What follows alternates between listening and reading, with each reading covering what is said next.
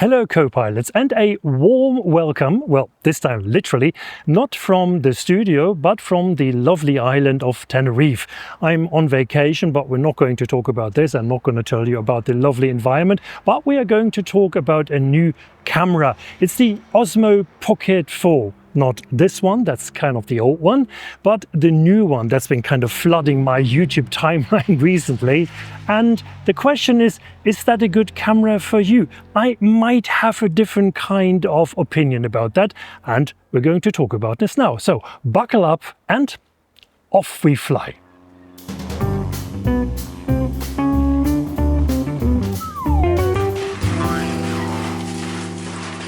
First of all, I've got a confession to make. I really love buying new camera gear, and I've got all sorts of things in my shelves at home that I might have used once or twice and then never again. So that's why I have become a bit more skeptic about buying new camera gear recently.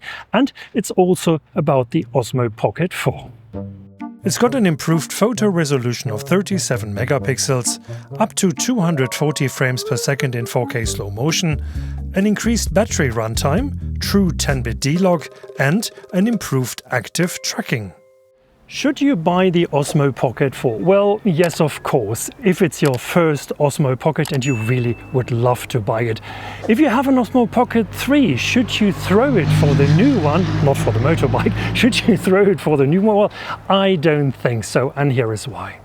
The Pocket 4 has a photo resolution of 37 megapixels. The old one has 10 megapixels. That sounds great. But I do not remember having taken a single photo with my Osmo Pocket 3. I mainly use it for video, and if you are like me, then the whole thing wouldn't matter too much for you. With 14 stops of dynamic the Osmo range, Pocket 4 is said to have a dynamic range of 14 stops. The old one, 12 stops. That would be quite an improvement. The question is, does that matter to you? Let's take a look at this picture. Well, apart from the fact that there is this gorgeous looking young man standing right in the middle of it, it's mostly even lit, no high contrasts. If you shoot high contrast shots like this one, or like this one, then it's more important for you. If you don't, stick to the old Osmo Pocket 3. The new Osmo Pocket 4 can do up to 240 frames per second in 4K. The old one can do 120 frames in 4K. Well, that is a massive improvement. The question is, does that matter to you?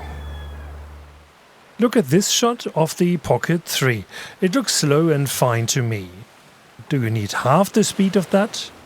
Do you shoot fast sports? Then go for the Pocket 4. If you don't, the old one might just be fine.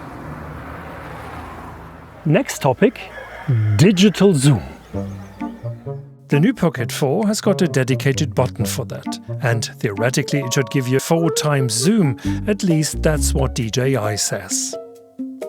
But the Pocket 3 got a firmware update a while ago, providing kind of lossless 2 times zoom as well. It looks fine to me, and I don't need a 4 times zoom. Besides, no matter Pocket 3 or 4, the zoom is always digital. When you zoom in, the focal lengths won't change and you will not get a lovely, creamy, blurry background. Last topic, the improved tracking of the Osmo Pocket 4. Well, that is something that I might find useful.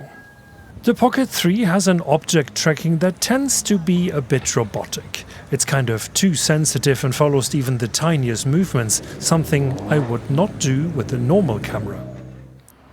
A final word about D-Log. The old Osmo Pocket 3 can do D-Log M, M standing for, I don't know, mediocre or something.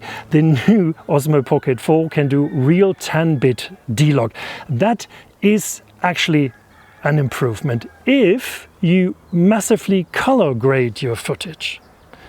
If you don't, it probably won't matter. I mean, look at this picture. It looks nice. It's hardly color graded. It's okay, right? Start tracking with the simple wave. So what's the bottom line? Yes, I agree. DJI has made a couple of serious improvements with the Osmo Pocket 4. The question is, Are these improvements important for you, and do they really matter? Maybe sticking to the Pocket 3 is a good idea for the time being, and when you find a trustworthy person, even get a used one. From my point of view, DJI has gotten themselves into a weird kind of problem. The Osmo Pocket 3 is so good, there is not much room for improvement or just some marginal aspects. So, that's it for today from the lovely and not so sunny island of Tenerife at the moment. See you next time, and don't forget to buy a ticket for the next flight. See ya!